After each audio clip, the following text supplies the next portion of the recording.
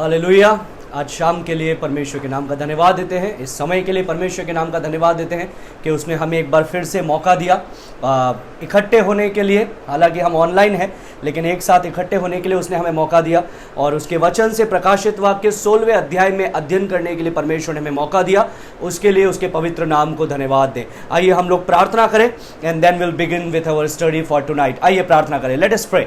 धन्यवाद देते हैं परमेश्वर इस समय के लिए जो तूने हमें दिया है। परमेश्वर, विश्वास योग्यता से जैसे हम तेरे वचन की शिक्षा को ग्रहण करने के लिए तेरे चरणों में आते हैं परमेश्वर, प्रकाशित वाक्य के अध्ययन को जब हम करते हैं, जो किताब धन्य किताब है, जो पढ़ने वाला धन्य है, सुनने वाला धन्य है, उसके किए कहे अनुसार किए करने वाला धन्य है। परमेश्वर, हम अपने जीवन को तेरे हाथ में समर्पित करते हैं। प्रार्थना करते हैं इस शाम के समय तेरे पवित्र आत्मा के द्वारा तू हम में से प्रत्येक को प्रेरित कर, तेरे वचन की गहराई से हम में से प्रत्येक को नवाज दे, ताकि आज शाम को हम अंत दिनों के बारे में कुछ और बातों को सीखने पाए, तेरे आगमन के बारे में कुछ और बातों को सीखने पाए, तेरे प्रभुत्व ईश्वरत्व के बारे में, तेरे पराक्रम के बारे में, तेरे सार्वभौमिक स्वरूप के बारे में, तेरे सॉवरेनिटी के बारे में, प्रभु सत्ता के बारे में हम और बहुत सारी बातें जानने पाए। सारी बात में तेरे नाम को महिमा देते हैं, यीशु के नाम से मांगते हैं, सुनो ग्रहण का पिता, आमीन आमीन आमीन। आइए हम लोग प्रकाशित वाक्य 16वां अध्याय में जाएंगे। फिर से आपको टाइमलाइन में बताना चाहता हूं, हम लोग प्रकाशित वाक्य जब देखने शुरू किए थे, पहले अध्याय के अंदर वो बातें थी। प्रकाशित वाक्य को 3 भाग में बांटा गया है, हमको पता है। वो बातें जो हुई है, वो बातें जो हो रही है और वो बातें जो होने वाली है। कौन सी बातें हो गई है? प्रकाशित वाक्य पहला अध्याय, जिसमें परमेश्वर ने यूहन्ना को दर्शन दिया। कौन सी बातें हो रही है? वो 7 कलीसियाओं की बातें जो दूसरा और तीसरा अध्याय में है। कौन सी बातें होने वाली है? प्रकाशित वाक्य 4 से लगा करके प्रकाशित वाक्य 22 तक की बातें। तो हम लोग प्रकाशित वाक्य 4 से 22 तक की बातों को देख रहे हैं और हम लोग देख रहे हैं एक समय को जिसको बोलते हैं ट्रिबुलेशन पीरियड या 7 साल का क्लेश का समय। ये डैनियल नबी की पुस्तक उसका 9वां अध्याय के अनुसार ये सारी चीजों को हम लोग देख रहे हैं। अगर किसी को कंफ्यूजन हो तो ऊपर लिंक दिया गया है जो हमारे YouTube चैनल का है, आप उसमें जाइए और प्रकाशित वाक्य 6ठा अध्याय पहला पद और दूसरे पद का जब मैंने अध्ययन करवाया था, वो 1-1.25 घंटे का अध्ययन है। उसको गौर से देखिए, उसमें आपको समझ में आएगा कि ये 7 साल का समय क्यों है, डैनियल नबी की भविष्यवाणी क्या है, वो 70 वीक्स की 70 हफ्तों की 70 सप्ताह की भविष्यवाणी क्या है, और आखिरी सप्ताह है ये 7 years. So each week is equal to years. वो एक जो दिन है या एक सप्ताह है, वो साल के नाम से हम लोग उसको देखते हैं परमेश्वर के वचन से। तो ये आखिरी सप्ताह है, ये 2 भाग में डिवाइड हुआ है, 3.5 एंड 3.5, 3.5 साल 3.5 साल। अभी हम लोग कहां पर हैं? हम लोग ये आखिरी 3.5 साल के अंत में है, जब यीशु मसीह आएगा, बादलों पर आएगा, वो अपने कलीसिया के साथ में इस दुनिया पर आएगा। हम लोगों ने सिय्योन पर्वत पर वो आएगा, उस प्रकार से हम लोगों ने देखा। वो शैतान और उसकी सेना के साथ में, मसीह विरोधी और उसकी सेना के साथ में, झूठा भविष्यवक्ता उसकी सेना के साथ में एक युद्ध करेगा, जिसको हर्मागदन का युद्ध बोलते हैं, जो हम लोगों ने 14वें अध्याय में देखा था और हम लोग आगे भी देखने वाले हैं। तो ये होने वाला है। ये होने का जो आखिरी सप्ताह है, ये होने से पहले उसके अंदर हम लोग हैं और हम लोग देख रहे हैं the last 7 bowls of God's wrath, परमेश्वर के प्रकोप के आखिरी 7 कटोरे, परमेश्वर के प्रकोप के 7 कटोरे। ये आखिरी न्याय है जो हम लोग प्रकाशित वाक्य की पुस्तक में देखते हैं, 7 साल की पुस्तक में 7 साल के समय में देखते हैं। पहला चीज हम लोगों ने देखा, ये पूरा 7 साल का जो समय है, ये बताया गया है 7 मोहरों के द्वारा, 7 सील्स, 7 मोहरें, जिसको प्रकाशित वाक्य 5वें अध्याय में यीशु मसीह लेकर के एक के बाद एक खोलता है। पहला 4 मोहर कब खोली गई? इस समय से इस समय के बीच में, लेकिन खोली इस समय गई, लेकिन याद रखिएगा कि ये इसका जो असर है वो अंत तक हमको देखने के लिए मिलता है। फिर 5वीं मोहर खोली गई, वो थी मध्य की मोहर, जो 3.5 साल के जस्ट पहले का बात है या 3.5 साल के समय का बात है। फिर 6ठी मोहर खोली गई और फिर 7वीं मोहर खोली गई, जो अंत तक हमको लेकर के जाती है। 7वीं मोहर खुलने के द्वारा 7 ट्रम्पेट, सिर्फ TR लिखूंगा, ट्रम्पेट मतलब 7 जो तुरही का न्याय वो आया, और जब पहला, दूसरा, तीसरा, चौथा, पांचवा, छठा, सातवां, जब सातवीं तुरही का न्याय आया तो सातवीं तुरही के द्वारा, जो 11वें अध्याय में हम लोगों ने देखा, उसके 15वें पद में देखा, सातवीं तुरही के द्वारा 7 कटोरे का न्याय आया, 7 bowls of God's wrath, परमेश्वर के प्रकोप के 7 कटोरे. So we are going to see 7 bowls of God's wrath, परमेश्वर के प्रकोप के 7 कटोरे को हम लोग देखने जा रहे हैं. और मैं सचमुच में आप लोगों की तारीफ करना चाहूंगा कि day after day after day after day, आज का वचन होगा 51वां सरमन होगा आज का. 50 सरमन, 40 सरमन, 30 सरमन, मुझे नहीं पता है आप लोग कितने समय से हमारे साथ में जुड़े हुए हैं, निरंतर इस अध्ययन को कर रहे हैं, लेकिन week after week, day after day, हर दिन हर सप्ताह आप देख रहे हैं एक न्याय का प्रचार आप सुन रहे हैं, न्याय की शिक्षा को हम परमेश्वर के वचन से देख रहे हैं. And you have been faithful in dealing with it, आप विश्वास योग्यता से उसका अध्ययन करने में कामयाब हुए, हमारे साथ में निरंतर आप जुड़े हुए हैं. और अब जब हम 16वें अध्याय में आते हैं, it takes us to the final period, वो हमको अंत के समय में लेकर के जाता है. और 7वां कटोरा जब उंडेला जाएगा, उसके द्वारा यीशु मसीह इस पृथ्वी पर आएगा और 1000 साल के समय को, हर्मागदन का युद्ध होगा और 1000 साल के अपने राज्य को वो इस पृथ्वी पर स्थापित करेगा. अभी वचन में कई खंड है. फॉर एग्जाम्पल, मैं अपनी कलीसिया में सिलीगुड़ी में अभी मत्ती रचित सुसमाचार से प्रचार कर रहा हूं, and I am enjoying it. मुझे वो बहुत अच्छा लग रहा है. मत्ती रचित सुसमाचार में यीशु का अनुग्रह के बारे में बताना, यीशु की शांति के बारे में बताना, यीशु की चंगाई के बारे में बताना, वो सारे आश्चर्य कर्मों के बारे में बताना. And it is very fascinating, वो बहुत ही अद्भुत है. लेकिन ये जो हम लोग देख रहे हैं, खास तौर से ये 7 कटोरे का न्याय, जब हम ये 7 कटोरे का न्याय देख रहे हैं, ये ऐसा प्रचार है, ये ऐसी शिक्षा है, ये ऐसा वचन है, सिर्फ वचन को पढ़ करके भी हमारे रोंगटे खड़े हो जाएंगे. सिर्फ वचन को पढ़ करके भी ये इतना दर्दनाक समय होने वाला है, वो अंतिम समय. एंड फ्रेंकली स्पीकिंग, अगर मुझे मौका दिया जाएगा तो मैं इसके बारे में तो बताऊंगा, लेकिन इससे ज्यादा मैं दूसरी चीजों के बारे में बताना पसंद करूंगा. तो आप एक प्रश्न पूछेंगे, तो इसमें से आप क्यों आज शाम को प्रचार कर रहे हैं, क्यों आप बताना चाहते हैं? उसका कारण यह है, पहला कारण, क्योंकि यह परमेश्वर के वचन में है और हमें संपूर्ण वचन का प्रचार करना है, कुछ खंड का नहीं जो हमें पसंद है. अनुग्रह ले लिया तो अनुग्रह ही ले लिया, न्याय ले लिया तो न्याय ही ले लिया, दंड ले लिया तो दंड ही ले लिया. We have to be balanced in our teaching, we have to teach the whole counsel of the word of God.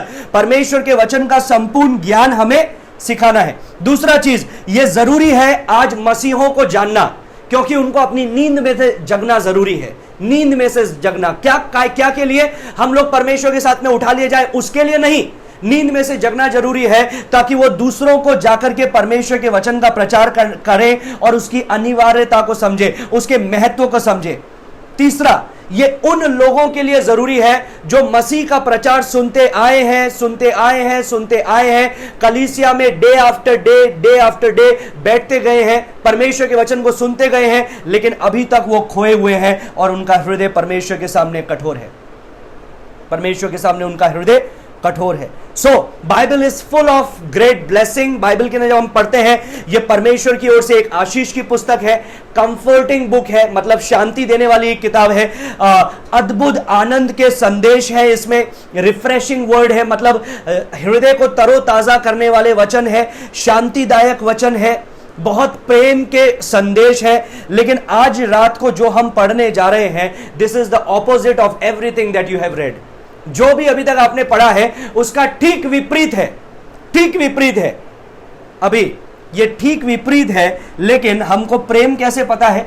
हमको कैसे पता है कि सच्चा प्रेम क्या है? हमको सच्चा प्रेम इसी से पता चलता है क्योंकि हमको नफरत पता है. हमें सच्चाई इसलिए पता है क्योंकि हमें झूठ पता है. हमें भलाई इसलिए ही समझ में आती है क्योंकि हमको दुष्टता का त्याग का ज्ञान है. हमें पुरस्कार इसलिए समझ में आते हैं क्योंकि हमें पता है दंड क्या है. परमेश्वर का प्रेम, परमेश्वर की धार्मिकता, परमेश्वर पे विश्वास, ये सारी चीजें सही है, लेकिन परमेश्वर न्याय करने वाला भी है, वो दंड देने वाला भी है, वो पवित्र भी है. He cannot love truth unless he hates lies. परमेश्वर सच्चाई से प्रेम नहीं कर सकता है जब तक वो झूठ से नफरत ना करे, जब तक वो दुष्टता का न्याय ना करे, तब तक वो 100% सही या भला नहीं करार दिया जाएगा. जब तक वो दंड और प्रतिफल ना दे, उसके आज्ञा को मानने वालों को प्रतिफल, और जो उससे दूर है, जो उसके पास आना नहीं चाहते, उसका मौका दिए जाने के बावजूद भी जो उसको रिजेक्ट करते हैं, जो उसका तिरस्कार करते हैं, वे दंड को भोगते हैं, वे दंड को भोगते हैं। Now Bible is the book of hope, that is true, but Bible is also the book of judgement.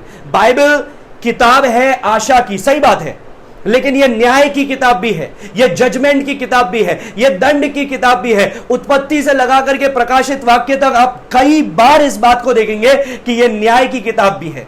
मूसा ने परमेश्वर के विरुद्ध पाप किया, उसका न्याय हुआ। उत्पत्ति में हम लोग देखते हैं आदम और हवा ने परमेश्वर के विरुद्ध पाप किया, उनका न्याय हुआ। अब्राहम ने परमेश्वर के विरुद्ध पाप किया, उसका न्याय हुआ। याकूब ने परमेश्वर के विरुद्ध पाप किया, उसका न्याय हुआ। दाऊद ने परमेश्वर के विरुद्ध पाप किया, उसका न्याय हुआ। हम लोग ऐसे कई उदाहरण पे उदाहरण नए नियम को, आप बोलेंगे भैया आप गलत है पास्टर साहब, वो तो पुराने नियम का परमेश्वर था जो जलन रखने वाला था, दंड देने वाला था, न्याय करने वाला था। नए नियम का परमेश्वर तो भैया माफ करने वाला है, क्षमा करने वाला है। क्रूस से भी तो क्षमा की बात कही, कल ही आपने बताया था, तो ये तो क्षमा करने वाला परमेश्वर है। तो हनन्याह और सफीरा की कहानी को किस प्रकार से बताएंगे, कैसे बताएंगे? और ये सारे जो कटोरे के न्याय हो रहे हैं, ये सारे न्याय जो आप ये देख रहे हैं, मोहरों के द्वारा, तुरही के द्वारा, कटोरे के द्वारा, इन सबको किस प्रकार से समझाएंगे? तो याद रखिए, हमारी टीचिंग को, हमारे संदेश को बैलेंस होना जरूरी है। Bible is the book of hope, but at the same time it is the book of judgement also. It is the book of judgement also. दूसरा थिस्सलुनीकियों 1:7 से 9 में परमेश्वर का वचन क्या कहता है, हम लोग देखेंगे। लिखते जाइएगा, याद रखिएगा, यह प्रचार नहीं है, यह शिक्षा है, इसलिए आपको लिखना जरूरी है, नहीं तो आप भूल जाएंगे।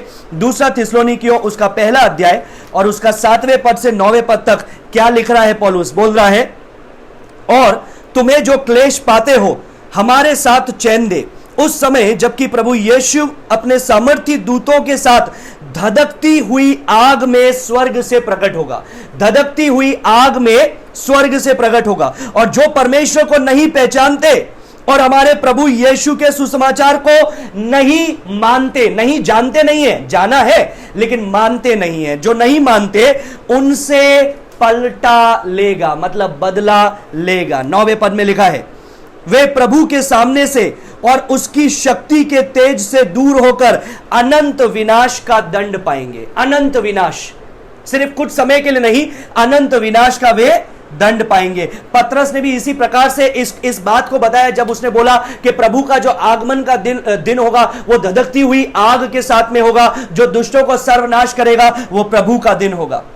यूहन्ना ने भी इसी प्रकार से लिखा कि ये अंत समय का जो विनाश आने वाला है, प्रकाशित वाक्य में उन बातों के बारे में।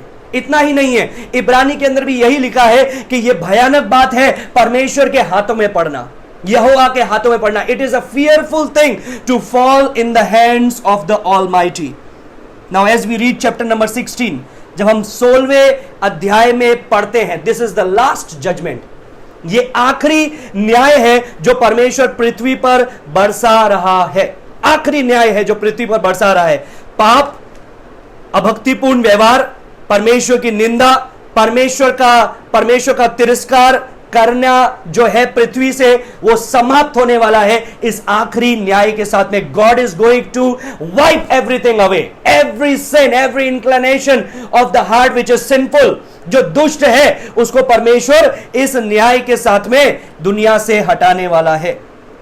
It leads us to the end of the tribulation period. ये क्लेश के समय के हम लोग इससे अंत में आते हैं। अभी आप बोलेंगे, हाँ आप बोल रहे हैं पास्टर साहब के ये अंत हो गया, अभी यीशु मसीह आने वाला है, तो 17वें अध्याय में आ जाना चाहिए यीशु मसीह, लेकिन यीशु मसीह तो 19वें अध्याय में आ रहा है, तो 17 और 18 में क्या हुआ? मतलब और भी कुछ समय बाकी है? नहीं, ये 16वां अध्याय हमको अंत में लेकर के जाता है। इसके बाद में डायरेक्ट 19वां अध्याय का जो क्रोनोलॉजिकल वे में अगर आप देखेंगे, समय के अनुसार देखेंगे, तो 16वां अध्याय के डायरेक्ट बाद आता है 19वां अध्याय, जब यीशु मसीह प्रकट होगा और वो शैतान के साथ में और उसकी सेना के साथ में युद्ध करेगा, हर्मगदन का युद्ध, और उसको, शैतान को और उनको अथाह कुंड में 1000 साल के लिए डाल दिया जाएगा, वो होने वाला है। लेकिन 17वां और 18वां अध्याय क्या है? 17वां और 18वां अध्याय में फिर से हम इस ट्रिब्यूलेशन, इस 60 साल के समय को फिर से हम देख रहे हैं एक अलग दृष्टिकोण से, एक अलग नजरिए से। मैंने आपको याद दिलाया था 11वां अध्याय जब हम लोगों ने पढ़ा, 7वीं तुरई फूंक दी गई, उसका असर कहां हुआ? 16वां अध्याय में। तो 11वें अध्याय के अंदर 7वीं तुरई फूंकी गई और डायरेक्टली उसका असर हो गया। लेकिन बीच में कितने अध्याय हैं? 12वां अध्याय है, 13वां अध्याय है, 14वां अध्याय है, 15वां अध्याय है, 3 अध्याय बीच में है। 12वां अध्याय में हम लोगों ने क्या देखा? यह समय को हम लोगों ने फिर से देखा एक अलग दृष्टिकोण से। कौन से दृष्टिकोण से देखा? शैतान के दृष्टिकोण से। 13वें अध्याय में हम लोगों ने क्या देखा? फिर हमने शैतान के दृष्टिकोण से देखा, जिसके अंदर हम लोग देखते हैं अपवित्र त्रिएकता जो है वो संपूर्ण हुई। क्या हुआ उसमें? शैतान तो था ही 12वें अध्याय में, अभी 13वें अध्याय में पहला पशु मसीह विरोधी एंटी क्राइस्ट आ गया। और 13वां अध्याय के अंदर ही अंत में जब हम लोग देखेंगे तो सेकंड बीस्ट, मतलब दूसरा पशु जो झूठा भविष्यवक्ता है, वो भी आ गया। तो वो बातें हो रही है। फिर उसके बाद में 14वां अध्याय हम लोगों को पढ़ने के लिए मिलता है। फिर हम लोग 15वें अध्याय में पढ़ते हैं। अभी तक भी वो क्लेश चालू नहीं हुआ है। 15वें अध्याय में हम लोग किन बातों के बारे में पढ़ रहे हैं? 15वें अध्याय में हम लोग पढ़ रहे हैं कि हम लोगों ने पढ़ा कि ये अंतिम विपत्ति जो होने वाली है उसके लिए मंच परमेश्वर ने तैयार कर दिया। 14वें अध्याय में हम लोगों ने क्या देखा था? यही समय को हम लोगों ने वापस देखा था। किसके नजरिए से?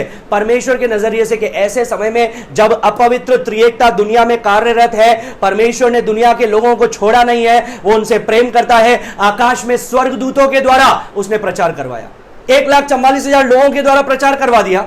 2 जो गवाह थे उनके द्वारा प्रचार हो रहा है, जो यहूदी बचाए जा रहे हैं उनके द्वारा प्रचार हो रहा है, जो अन्य जाति के लोग बचाए जा रहे हैं उनके द्वारा प्रचार हो रहा है। But in order to make sure, क्योंकि मत्ती रचित सुसमाचार 24वां अध्याय में यीशु मसीह ने क्या बोला? जब सुसमाचार जगत के छोर तक पहुंच जाएगा तब मैं दोबारा आऊंगा। मतलब परमेश्वर किसी को भी बिना मौका दिए अंत के न्याय को लेकर के आना नहीं चाहता है। परमेश्वर मौका देने वाला परमेश्वर है। और परमेश्वर ने क्या किया? वो स्वर्गदूतों के द्वारा पृथ्वी के छोर तक सुसमाचार को प्रचार किया। 3 स्वर्गदूतों के बारे में हम लोगों ने उधर पढ़ा था। अभी हम लोग 16वें अध्याय में हैं, जहां पर हम लोग देख रहे हैं, क्या देख रहे हैं? परमेश्वर का जो न्याय है वो यहां पर प्रकट हो रहा है। परमेश्वर का जो न्याय है वो यहां पर अंतिम न्याय परमेश्वर यहां पर प्रकट करने वाला है। नाउ ये समय कौन सा है? This is the time in the human history, पूरे मनुष्य के इतिहास में यह वो समय है जब शैतान की पूजा करना एकदम चरम पर है। सब लोग उसकी पूजा कर रहे हैं। ज्यादातर जितने लोग हैं पृथ्वी पर, हर एक जाति, कुल, लोग, भाषा से, उनमें से I should say more than 70%, 70% से भी ज्यादा लोग क्या कर रहे हैं? उस शैतान की पूजा कर रहे हैं। They will be at the heights of their total rebellion against God. परमेश्वर के विरुद्ध बलवा करने का भी यह मनुष्य के इतिहास का सबसे ऊपर का समय है, चरम का समय है। सिर्फ उतना ही नहीं, परमेश्वर की निंदा करना, परमेश्वर के बारे में अपशब्द बोलना, परमेश्वर को श्राप देने का भी ये वो समय है जो चरम पर है। और ये वो समय है जब परमेश्वर का प्रकोप भी अपने चरम पर है। Heights, at the Heights. और इससे ज्यादा हम लोग कोई प्रकोप को देखते नहीं है। आइए हम लोग एक एक करके पदों को पढ़ेंगे। पहला पद को हम लोग सबसे पहले देखते हैं। पहला पद में लिखा है 16 के 1 में, फिर मैंने मंदिर में किसी को ऊंचे शब्द से उन 7 स्वर्गदूतों से यह कहते सुना, जाओ परमेश्वर के प्रकोप के 7 कटोरों को पृथ्वी पर उंडेल दो। Now here it begins. 15वां अध्याय में हम लोगों ने क्या देखा? एक सीन तैयार हुआ, एटमॉस्फेयर तैयार हुआ, वातावरण तैयार हुआ। उधर हमने परमेश्वर की वेदी को देखा, उधर हमने वाचा के संदूक को देखा, उधर हमने मंदिर को देखा, उधर हमने परमेश्वर के लोगों को जय जयकार करते हुए देखा। पूरा मंच तैयार हो गया है, सज गया है अंतिम न्याय के लिए। अब परमेश्वर यहां पर क्या कर रहा है? आवाज दे रहा है और बोल रहा है, गो, जाओ। 15वें अध्याय में हम लोगों ने उसका तैयारी देखा। 15वें अध्याय में मंदिर देखा, which means mercy, which means forgiveness, which means sacrifice, which means atonement। वो बताता है परमेश्वर की करुणा को, क्षमा को, बलिदान को, परमेश्वर के प्रायश्चित को, कि परमेश्वर मौका देने वाला परमेश्वर है। लेकिन फिर हमने यह भी देखा कि परमेश्वर का प्रकोप और परमेश्वर का वो पलटे को हम लोग वहां पर देख रहे हैं। नाउ ये जो हम लोग 7 कटोरे का न्याय देखते हैं, ये 2 और चीजों से कंपेयर मैं कर सकता हूं। गौर से सुनिएगा, दो और चीजों से मैं इन सातों चीजों को हम लोग जब देखते हैं तो उसको हम लोग कंपेयर कर सकते हैं। मैं आपको एक एक जब देखेंगे तो मैं आपको बताते जाऊंगा। पहला क्या है, जो मिस्र के अंदर 10 महामारी आई थी उनमें से ये 7 चीजें कई उससे लिंक है। इट इज लाइक पैरेलल, वो पैरेलल की जैसे है। लेकिन एक ही डिफरेंस है, जो मिस्र की महामारी थी वो एक स्थान तक सीमित थी, एक जाति तक सीमित थी। लेकिन ये जो अंतिम न्याय है, जो कटोरों का न्याय है, ये असीमित है, ये पूरे पृथ्वी पर है। दिस इज ग्लोबल, ये ग्लोबली ये होने वाला है, ये सार्वभौमिक रूप से होने वाला है, सारे जगह पर ये होने वाला है। दूसरा, मैं इसका कंपेयर कर सकता हूं उन सातों तुरही के न्याय से जो हम लोगों ने यहां पर देखा था, 7 तुरही के न्याय से। लेकिन 7 तुरही के न्याय जो प्रकाशित वाक्य 8वां अध्याय से 11वें अध्याय तक हम लोगों ने देखा, उसके अंदर भी एक डिफरेंस है कि वो इतना भीषण नहीं है जितना भीषण ये होने वाला है। This will be the worst of the worst. ये सबसे बुरा समय होने वाला है, सबसे बुरे क्लेश होने वाले हैं। Now there are these 3 sets, ये 3 अलग अलग सेट्स हैं जो मिस्र से हम लोगों ने देखा, जो निर्गमन की पुस्तक में हम लोगों को देखने के लिए मिलता है। 7 तुरही का न्याय देखा जो प्रकाशित वाक्य में हमको देखने के लिए मिलता है। और जब मैं एक एक करके इसको पढ़ूंगा आपको लगेगा कि आज भी इनमें से कुछ चीजें तो हो रही है, but it is just a glimpse of it. ये सिर्फ उसका एक छवि है, एक छाप है। ये वो नहीं है कि ये समय अंत का समय नहीं है जैसे कई लोग बोल रहे हैं। लोकस्ट को देखा, टिड्डियों को देखा नॉर्थ इंडिया के अंदर, तो बोल दिया अरे ये टिड्डी का न्याय शुरू हो गया, यीशु मसीह का आगमन होने वाला है, ये न्याय अंतिम न्याय में हम लोग पहुंच गए हैं। बट अब इसको जब हम पढ़ेंगे तो आपको पता चलेगा कि इसका जो इंटेंसिटी है, इसका जो इसका क्या बोलना चाहेंगे, इंटेंसिटी मतलब इसकी जो भयानकता है, इसकी जो क्रूरता है इस न्याय की, उससे आज की बीमारियां, कोरोना हुआ, टिड्डी हुआ, भूकंप हुआ, छोटे मोटे, इससे कंपेयर भी नहीं कर सकते। It is incomparable, even it is incomparable with the 7 trumpets, even it is incomparable with what happened in Exodus। निर्गमन में जो हुआ उससे भी हम इसकी तुलना नहीं कर सकते हैं, क्योंकि उससे कई गुना भीषण है। हाँ, वो इसकी एक शेडो के रूप में हम लोग देख सकते हैं, और 7 तुरही का न्याय भी इसकी एक शेडो के रूप में देख सकते हैं, लेकिन वो इतना भयानक नहीं है जितना भयानक ये होने वाला है। मिस्र के अंदर हम लोगों ने क्या क्या देखा था, पानी सबसे पहले लहू में बदल गया, फिर हम लोगों ने फ्रॉग्स देखे, है ना, फ्रॉग का प्लेग हुआ, फिर उसके बाद में लाइस, flies, disease among the kettles, boils, thunders,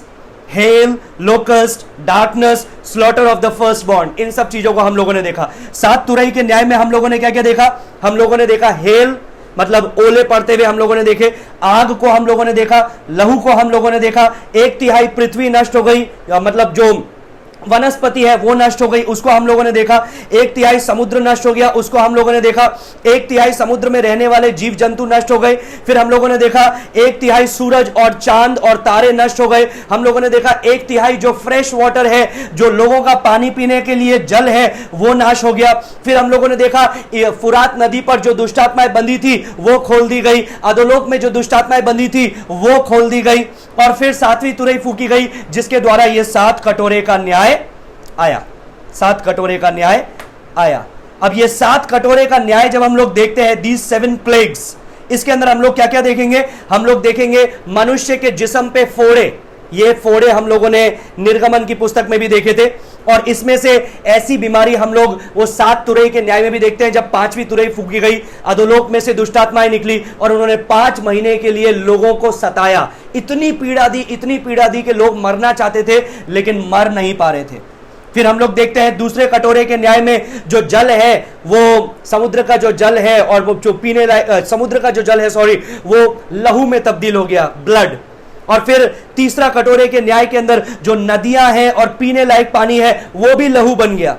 फिर जो सूरज है, चौथे कटोरे के अंदर जो सूरज है वो इतना तेज हो गया, इतनी तेजी से चमकने लगा, इतनी गर्मी बढ़ गई कि लोग जलने लगे, खड़े खड़े लोगों के हाथ पैर जलने लगे, पूरी दुनिया। उसके बाद में हम लोगों ने देखा अंधकार में आ गई, 5वें कटोरे के अंदर अंधकार में आ गई।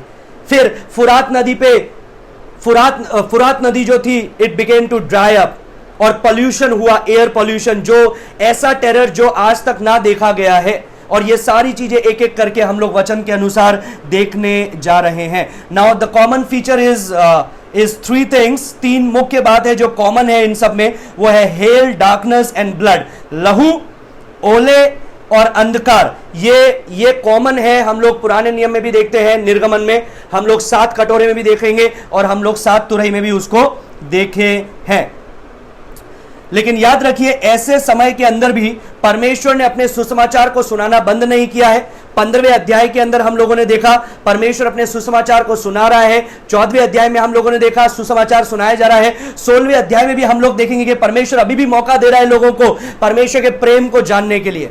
परमेश्वर ने अपने प्रेम को प्रकट किया, अपने अनुग्रह को प्रकट किया, अपने करुणा को प्रकट किया, अपने पुत्र के बलिदान के द्वारा कई प्रचारकों को भेजा। इस 60 साल के समय में लोगों को मन फिराने के लिए, स्वर्गदूतों को भेजा प्रचार करने के लिए, बाकी लोगों को भेजा इतिहास के लोगों को प्रचार करने के लिए। लेकिन लोगों ने क्या किया? लोगों ने मना किया।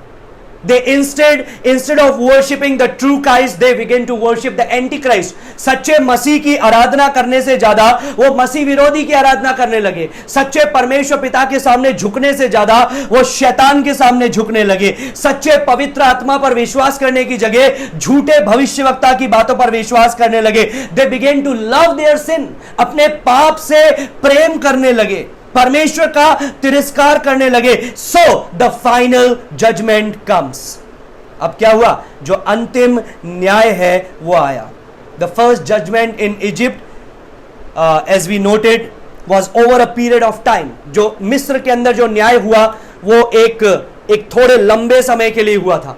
जो 7 तुरही का न्याय हुआ वो भी एक लंबे समय के लिए हुआ था। लेकिन ये जो अंतिम 7 कटोरे का न्याय होगा ये लंबे समय के लिए नहीं होगा। मेरे को नहीं लगता है कि ये महीनों तक भी चलेगा। मैं सोचता हूं कुछ ही हफ्ते, कुछ ही सप्ताह ये न्याय चलेगा, एक के बाद में एक, एक के बाद में एक। It is very fast, rapid fire. ये मशीन गन के जैसा है, एक के बाद में एक, एक के बाद में एक, एक के बाद में एक। संभलने का समय नहीं मिल रहा है लोगों को।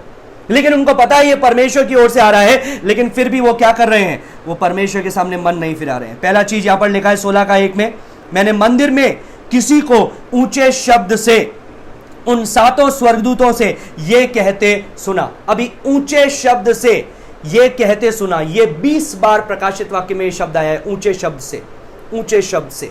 विद ग्रेट वॉइस, मेगास, ये शब्द है मेगास ये यूनानी भाषा के अंदर, which means with great voice, with authority, अधिकार के साथ में। सबसे पहली बार हम लोगों ने अधिकार देखा था प्रकाशित वाक्य 1 के अंदर, जब यूहन्ना को यीशु मसीह ने आवाज दी, यीशु मसीह ने बोला और उसकी आवाज कैसी थी? गर्जन के समान थी, समुद्र की हजारों हजारों लहरों के समान थी। ग्रेट वॉइस, पहला अध्याय उसका 10वां पद में हम लोगों ने उस बातों को देखा था।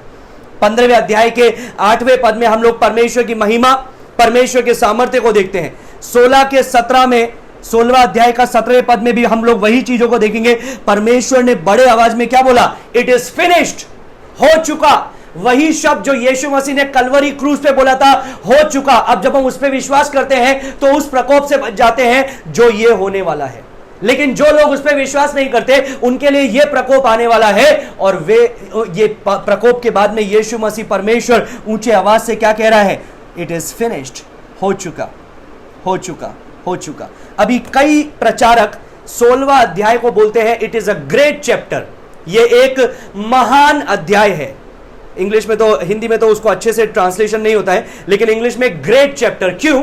जो शब्द ग्रेट है, या यूनानी भाषा में मिगेल, जो शब्द है मिगेल, वो 16वें अध्याय में 11 बार आया है, 11 टाइम्स। लिखते जाइएगा ये सारी चीजें, 11 बार आया है। कितनी बार? 11 टाइम्स, 11 बार 16वें अध्याय में ये बड़ा शब्द या मिगेल या मेगास या ग्रेट शब्द आया है।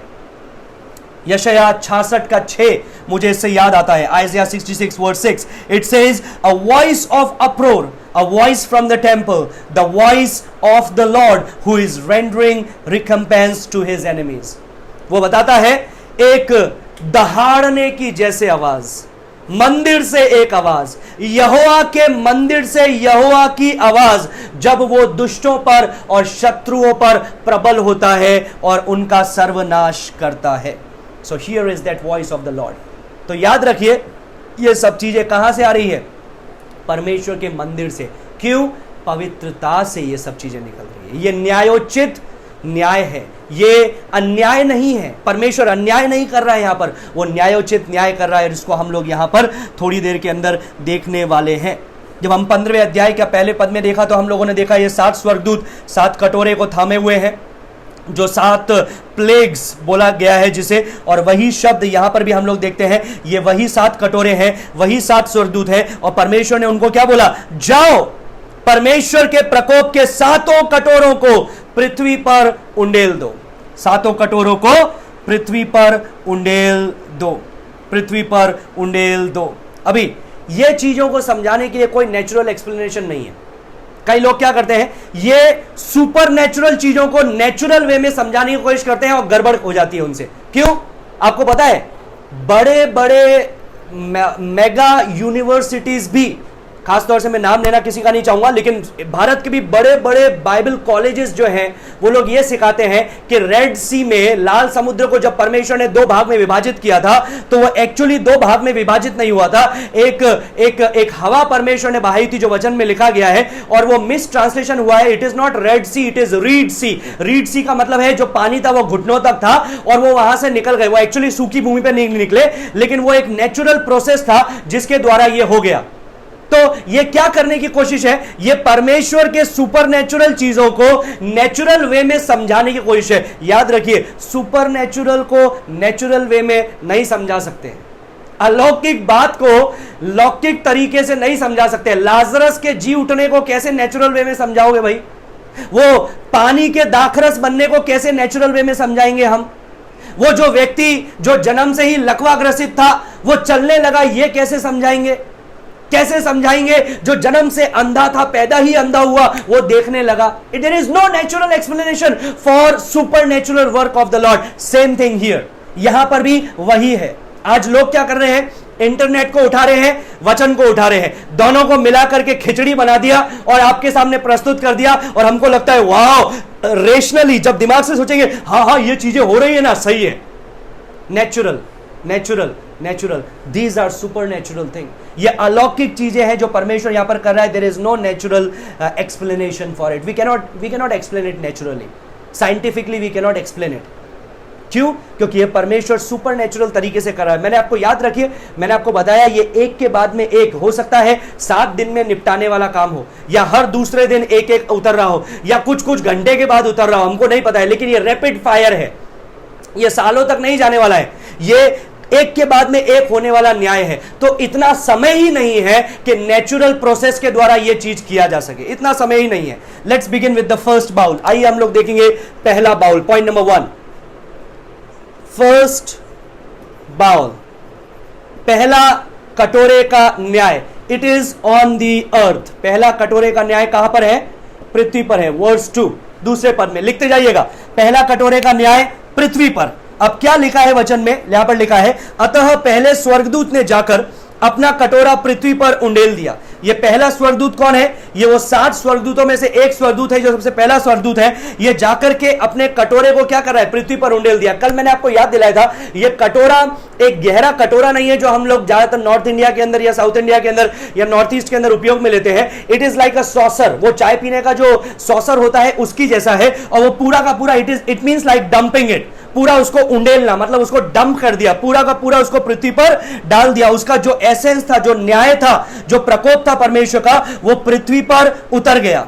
परमेश्वर ने उस प्रकोप को पृथ्वी पर डाल दिया इस स्वर्गदूतों के द्वारा। और मैंने आपको यह भी बताया था कि ये जो स्वर्गदूत है, ये परमेश्वर के न्याय में एक मुख्य किरदार निभाने वाले जन है, जिसको परमेश्वर ने न्याय के लिए भी बनाया है। अभी यहां पर क्या हुआ, उसका परिणाम क्या हुआ? वो कटोरा तो उंडेल दिया, परिणाम क्या हुआ सुनिए।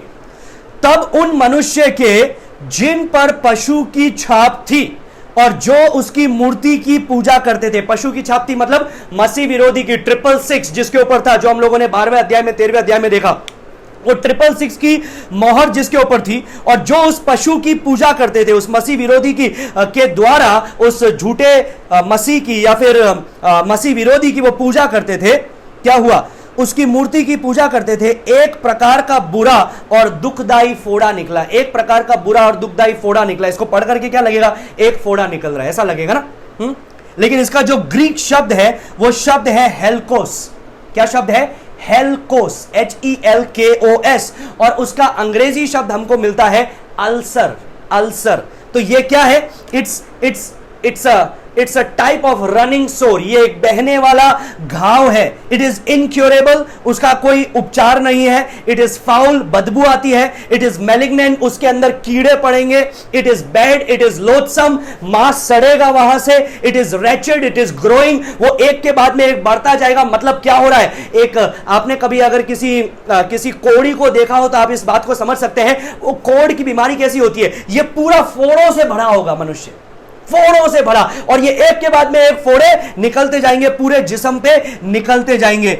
ये ग्रीक ट्रांसलेशन के अंदर ये सेम शब्द बताया गया है जो निर्गमन 9 के अंदर बताया गया है। बॉयल्स, निर्गमन 9 जो 10 महामारी आई, वहां पर 10 प्लेग्स, उसमें से एक जो था वो बॉयल्स था, मतलब फोड़े। ये वही फोड़ों के बारे में बताया गया है। लूका 16 के 21 में भी ये वही फोड़ों के बारे में बताया गया है। लूका 16 का 21 में क्या हुआ था?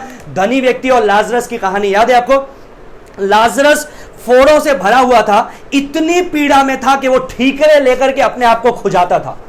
सोचिए क्या हालत होने वाली है। ठीकरे लेकर के अपने आप को खुजाता था। ये आ रहा है पहले बाउल से, पहला कटोरे से ठीकरे लेकर के खुजा रहे हैं। कोई उसके पास नहीं आता था क्योंकि बदबू आ रही है। ऐसी हालत होगी पहले कटोरे के न्याय से। किसके ऊपर? जिन्होंने उस पशु की मोहर को लिया है, जिन्होंने उस मसीह विरोधी की पूजा की है। वचन में लिखा है लाजरस के कुत्ते आकर के उसके घाव चाटते थे। क्यों कुत्ते आके घाव चाटते थे?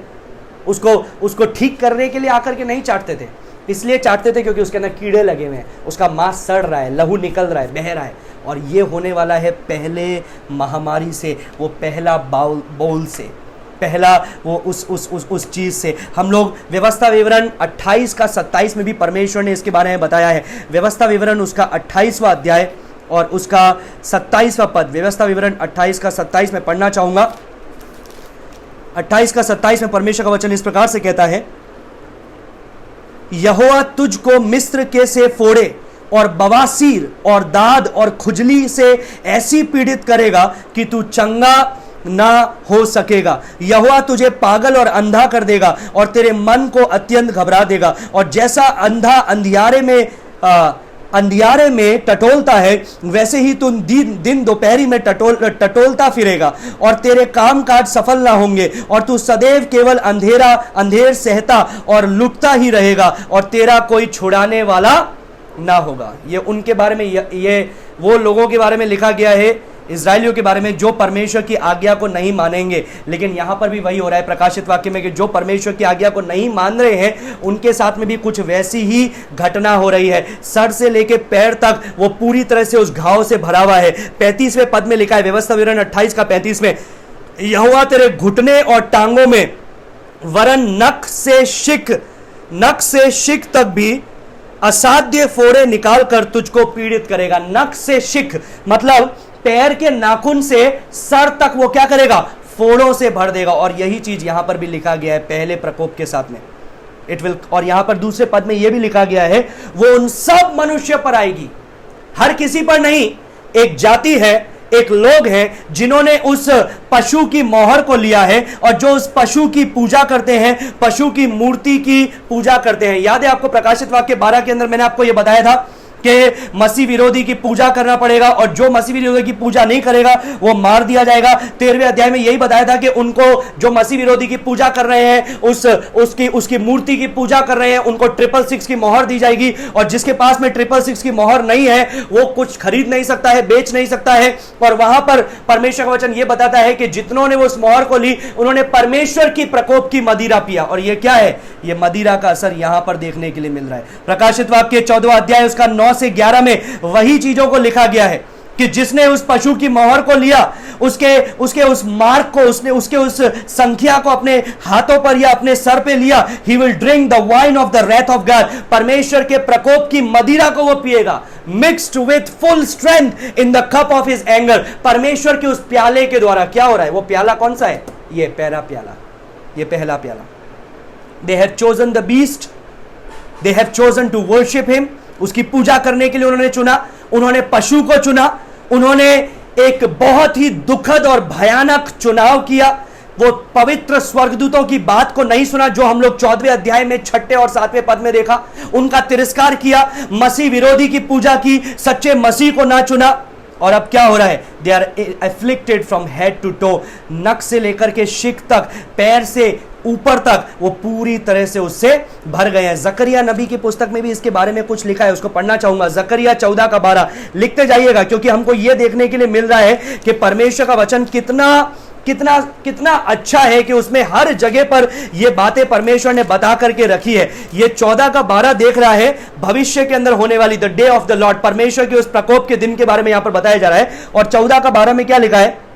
जितनी जातियों ने यरूशलेम से युद्ध किया है उन सबों को यहोवा ऐसी मार से मारेगा कि खड़े खड़े उनका मांस सड़ जाएगा और उनकी आंखें अपने गोलकों में सड़ जाएगी और उनकी जीभ उनके मुंह में सड़ जाएगी। क्या लिखा है? खड़े खड़े मांस सड़ जाएगा। क्या हो रहा है? ये पहले कटोरे के न्याय से उनकी आंखें आंखों में ही सड़ जाएगी, मतलब उनकी आंखें गोलकों में, वो आंखें अंदर ही सड़ती जाएगी। और वहां पर लिखा है कि उनका पूरा शरीर सड़ता जाएगा, उनकी जीभ मुंह में रखी रखी सड़ती जाएगी। कौन सी जीभ? जिससे उन्होंने परमेश्वर की निंदा की, जिससे उन्होंने बोला हां मसीह विरोधी परमेश्वर है, हां मसीह विरोधी ही ईश्वर है, हां वही सच्चा मसीह है, वही हमको बचाएगा। अब क्या हो रहा है? वो जीभ बोलने लायक भी नहीं है। They are not able to speak. Then comes the second bowl. बहुत सारी चीजें हैं बताने के लिए, लेकिन समय के कमी के कारण आगे बढ़ेंगे। सेकंड बाउल, दूसरा न्याय किस पे हुआ? पहला न्याय पृथ्वी पर, दूसरा न्याय हुआ समुद्र पर। दूसरा कटोरा उंडेला गया समुद्र पर। वर्स नंबर 3, तीसरे पद में लिखा है, दूसरे स्वर्गदूत ने अपना कटोरा समुद्र पर उंडेल दिया। क्या कर रहा है? पहला पृथ्वी पर, दूसरा समुद्र पर उंडेल दिया। उसका परिणाम क्या हुआ यहां पर देखते हैं। और वह मरे हुए मनुष्य के लहू जैसा बन गया और समुद्र में का हर एक जीवधारी मर गया। वो समुद्र लहू के जैसा बन गया और हर एक जीवधारी क्या हुआ? वो मर गया। मनुष्य का लहू का सा मतलब क्या है उसका? जब किसी व्यक्ति को मार दिया जाता है उसका लहू कैसा हो जाता है? ठंडा हो जाता है, बदबूदार हो जाता है, थिक हो जाता है, गाढ़ा हो जाता है, काला रंग का हो जाता है। और यही चीज होने वाली है उस समय के अंदर।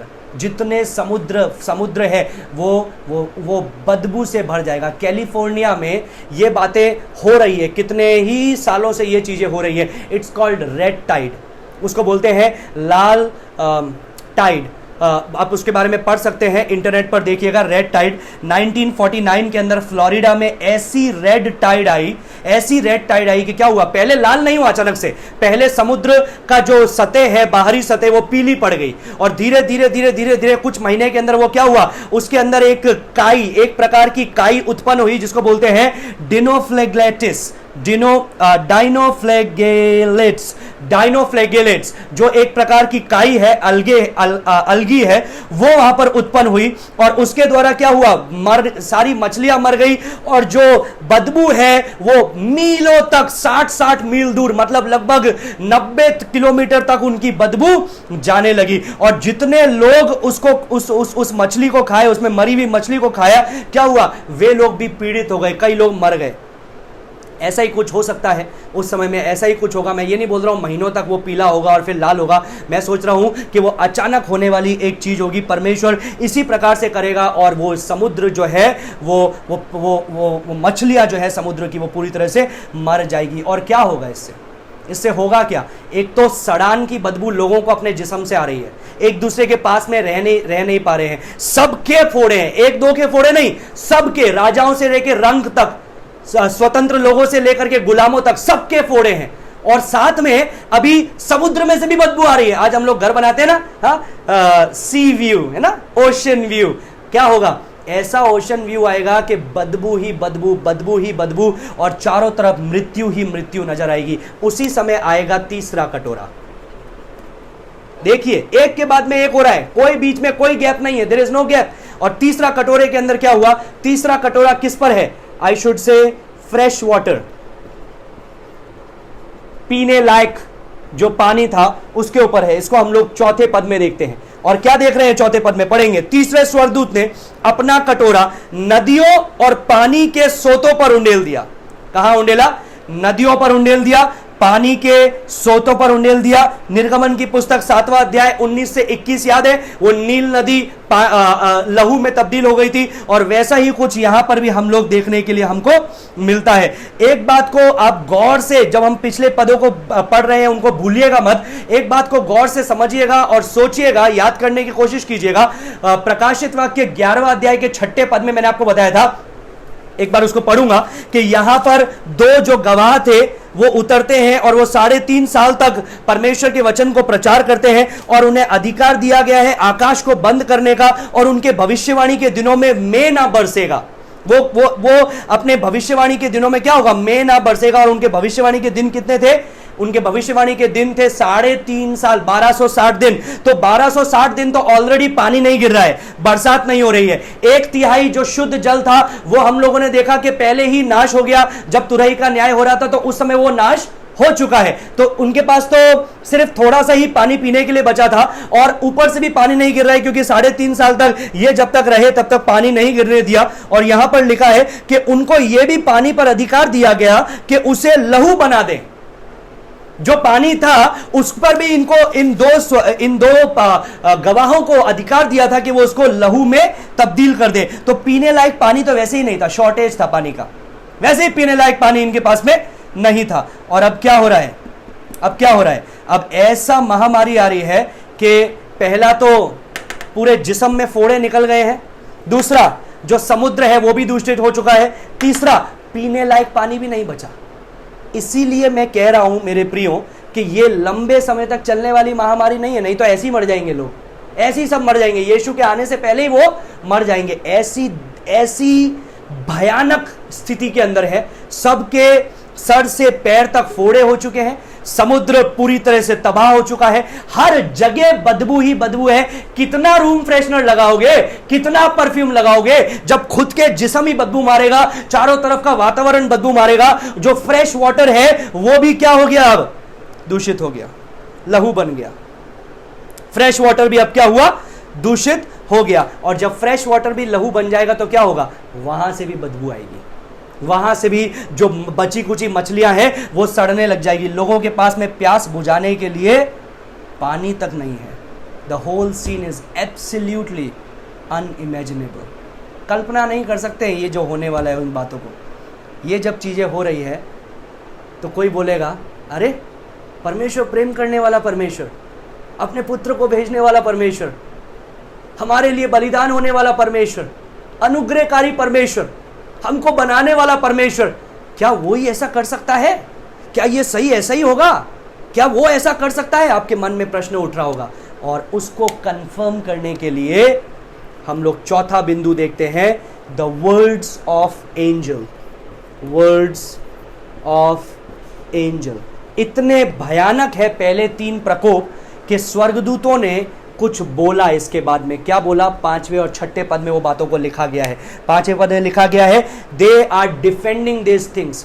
वो बता रहे हैं कि हाँ, जो परमेश्वर कर रहा है वो सही कर रहा है। 5वें पद में क्या लिखा है, तब मैंने पानी के स्वर्गदूत को यह कहते सुना। ये पानी का स्वर्गदूत कौन है?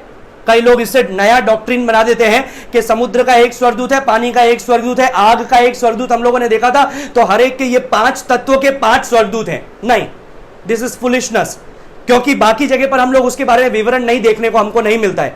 पर मैं यहां पर पानी का स्वर्गदूत हम लोग ये बोल सकते हैं कि ये जिसके हाथ में कटोरे थे नदियों पर डालने के लिए, यही स्वर्गदूत बोल रहा है। He is the same one who is giving this judgment, and again he is saying these things. वो इन न्याय को दे रहा है और फिर इस बातों को बोल रहा है। क्या बातों को बोला, यहां पर लिखा है, उसने ये बात को बोला। He is saying these things. क्या बात बोल रहा है, सुनिए। हे पवित्र जो है और जो था, तू न्यायी है, तू न्यायी है, अंडरलाइन कर दीजिए, और तूने यह न्याय किया है। Righteous art thou. तू न्यायाधीश है, तू सच्चा है, तू सही है। देयर इज, कई लोग इसके ऊपर डाउट कर सकते हैं कि ये परमेश्वर जो प्रेम करने वाला परमेश्वर है, क्या वो इस प्रकार से कर रहा है? हां, वो कर रहा है, and he is true, he is just. इसलिए यहां पर लिखा गया है, जो शब्द लिखा गया है जस्ट के लिए, वो शब्द है डिकायोस और हगायोस। हगायोस, डिकायोस का मतलब होता है he is just, he is righteous. वो सही है, वो जो कुछ करता है वो सही है, he is righteous and Holi, he is just and virtuous, वो गुण वो भलाई करने वाला है, लेकिन वो सही काम को करने वाला भी है. This is an appropriate response to the rejection. In other words this is what he is saying.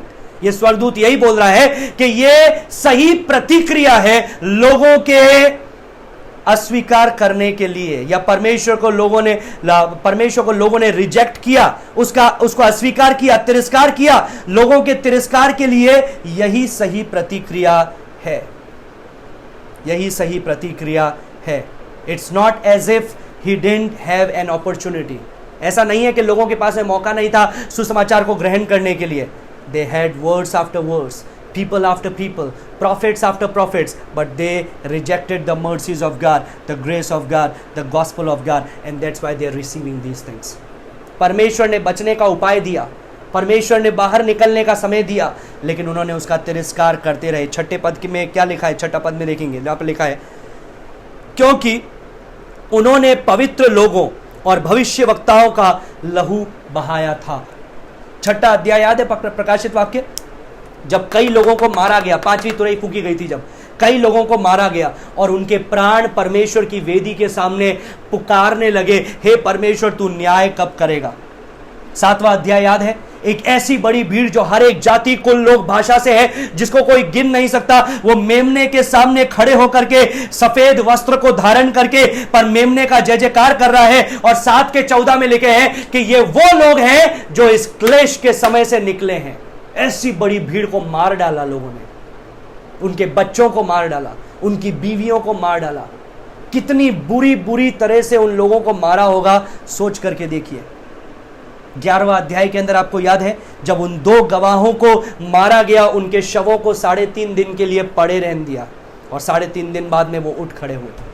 प्रकाशित वाक्य 17 का 6 में क्या लिखा है, मैं आपको पढ़ करके सुनाना चाहूंगा. ये 17वां 18वां अध्याय, ये 16वें अध्याय के बाद में होने वाली घटना नहीं है. 17वां 18वां अध्याय फिर से हमको इसी 7 साल का दौरा करवाता है अलग नजरिए से, जिसमें एक फॉल्स रिलीजन का बारे में बताया है, बड़ी वेश्या के बारे में बताया है. और 17 के 6 में क्या लिखा है, मैंने उस स्त्री को पवित्र लोगों का लहू और यीशु के गवाहों का लहू पीने से मतवाली देखा, और यह देख करके मैं चकित हुआ. So these are not innocent people, my dear brothers and sisters. ये निर्दोष लोग नहीं हैं, ये वो लोग हैं जिन्होंने लिटरली परमेश्वर के लोगों का खून पिया. उन्होंने उनको मार डाला, उन्होंने उनके साथ में बुरा व्यवहार किया. 18 का 20 में क्या लिखा है, हे स्वर्ग और हे पृथ्वी के लोगों और प्रेरितों और भविष्यवक्ताओं, उस पर आनंद करो, क्योंकि परमेश्वर ने न्याय करके उससे तुम्हारा बदला लिया है. वो न्याय करने वाला है, जो बोगे वो काटोगे. देखो, परमेश्वर को ठट्टों में मत उड़ाना. गलातियों 6 अध्याय में लिखा है, जो कुछ मनुष्य बोता है वही उसको काटता है. जो धार्मिकता के लिए बोता है वो अनंत जीवन को काटता है, जो शरीर के लिए बोता है वो अनंत आग की कटनी करता है. That's what is happening. मत्ती 24 का 21 में भी यीशु मसीह ने इसी के बारे में बोला, there is a time coming, जो आज तक किसी ने भी ऐसा समय नहीं देखा है, जब ऐसे बड़े पैमाने पर परमेश्वर के लोगों को सताया जाएगा. और परिणाम क्या निकला, इन्होंने परमेश्वर के लोगों का लहू बहाया. और उसके बाद में इनके साथ में क्या हुआ, तूने 6 अध्याय के नेक्स्ट लाइन में हम लोग पढ़ेंगे, 16 का 6 में नेक्स्ट लाइन, और तूने उन्हें लहू पिलाया क्योंकि वे इसी के योग्य हैं. मेरे लोगों का लहू बहाओगे, वो मेरे आंख की पुतली है, वो मेरे लोग हैं, वो मेरी प्रजा है, वो मेरी निज संपत्ति है. तुमने उनका लहू बहाया. तुम्हारे पास में पीने के लिए पानी नहीं है, लहू है. देखने के लिए पानी नहीं है, लहू है. जिस्म पे लहू ही लहू है. तुमने लहू बहाया, अब वो लहू तुम्हारे साथ में भी हो रहा है. एक लास्ट वर्ड को गौर कीजिएगा, वहां पर क्या लिखा है, 16 का 6 का लास्ट लाइन में, क्योंकि वे इसी योग्य हैं. They deserve this. वे इसी योग्य हैं. किस योग्य है, इब्रानियों 10 का 26 से 31. गौर से सुनिएगा मेरे प्रियो, इब्रानियों 10वां अध्याय उसका 26 से 31. लिखते जाइएगा इन वचनों को, बहुत ही विशेष वचन है. 26 से 31 परमेश्वर का वचन कहता है, क्योंकि सच्चाई की पहचान प्राप्त करने के बाद यदि हम जानबूझकर पाप करते रहे तो पापों के लिए फिर कोई बलिदान बाकी नहीं है. मौके पे मौका दिया, स्वर्गदूतों के द्वारा, 1,44,000 यहूदियों के द्वारा, 2 गवाहों के द्वारा, एक बड़ी सभा के द्वारा अन्य जाति की और एक यहूदी लोगों की प्रजा के द्वारा मौके पे मौका परमेश्वर ने 7 साल में इनको दिया। लेकिन इन्होंने सत्य को जानने के बाद में भी अपने पाप करते रहे, अपने पापों में चलते रहे, मसीह विरोधी की पूजा करते रहे। क्या हुआ? पाप के लिए अब कोई बलिदान बाकी नहीं है। 27, हाँ, दंड का एक भयानक बाट जो होना और उस आग का ज्वलन बाकी है जो विरोधियों को भस्म कर देगा। देखेंगे अभी चौथे कटोरे का न्याय में क्या हुआ।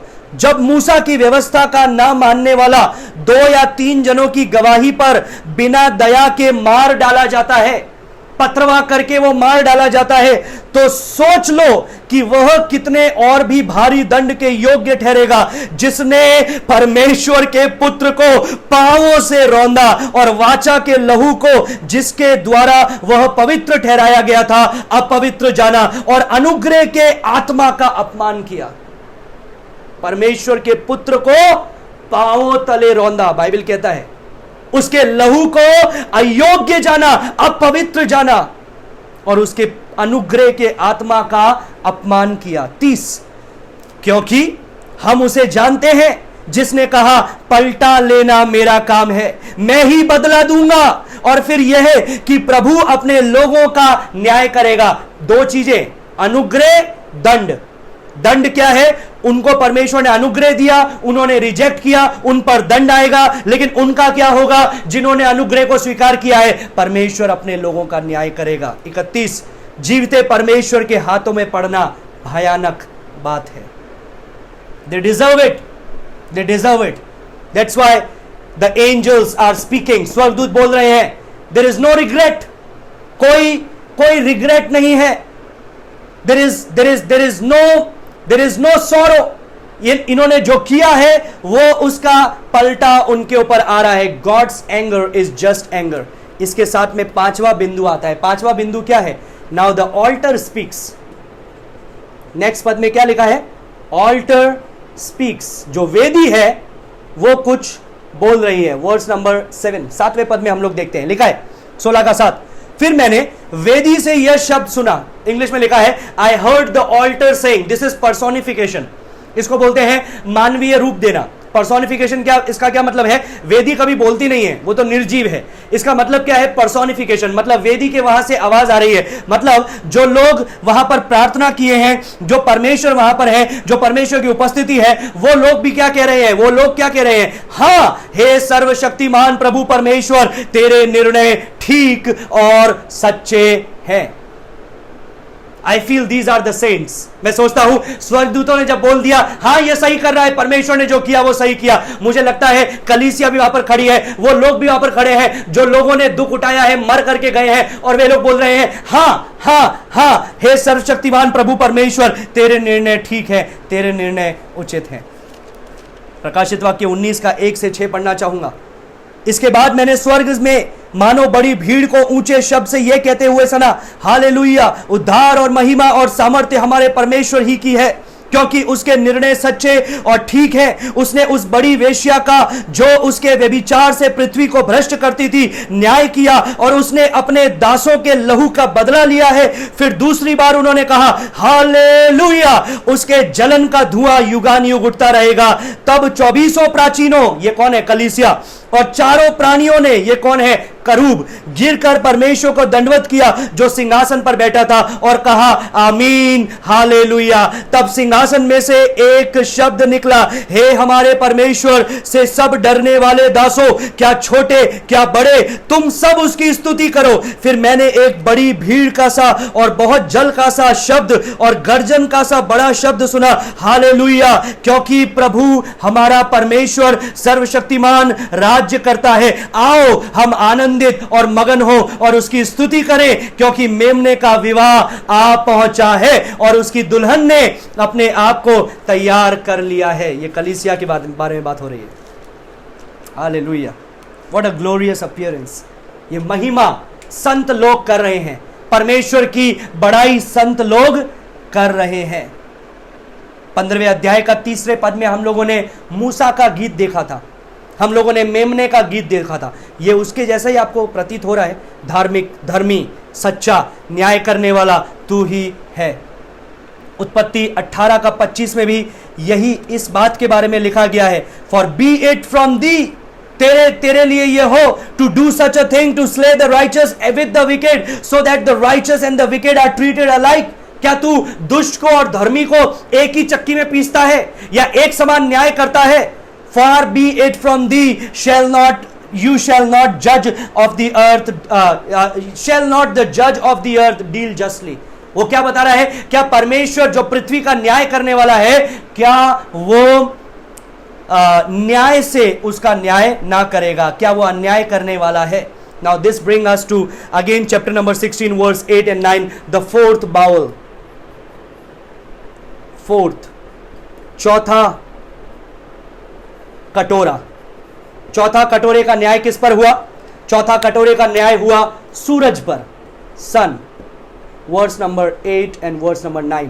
पहला किस पे हुआ? पृथ्वी पर। दूसरा किस पे हुआ? समुद्र पर। तीसरा फ्रेश वाटर, शुद्ध जल पर, पीने लायक जल पर। और चौथा हो रहा है सूरज पर। और क्या लिखा है वहां पर? लिखा है, चौथे स्वर्गदूत ने अपना कटोरा सूर्य पर उंडेल दिया और उसे मनुष्य को आग से झुलसा देने का अधिकार दिया गया। आग से झुलसा देने का अधिकार दिया गया। Now scientist when in the modern study they say कि सूरज जो है उसके सेंटर में हीलियम गैस है और इट इज एक्सपेंडिंग, वो बड़ा होता जा रहा है, वो फैलता जा रहा है। और क्या हो रहा है? तो इतना फैल करके हो सकता है वो एक दिन उसका जो हाइड्रोजन गैस है और उसका जो विस्फोट अंदर कंटिन्यूली चल रहा है, उसके द्वारा पृथ्वी भी हो सकता है जल जाए। या फिर यह भी संभव है कि जो ओजोन लेयर फट रही है वो कुछ समय के लिए परमेश्वर पूरी तरह से हटा दे और जो अल्ट्रा वायलेट रेज है वो उसके लिए कोई शील्ड नहीं हो और वो डायरेक्टली लोगों को हिट करे और लोग जलने लगे। पानी तो नहीं है पीने के लिए और अब जल भी रहे हैं। It was given to it to scorch man with fire। उसको क्या दिया गया?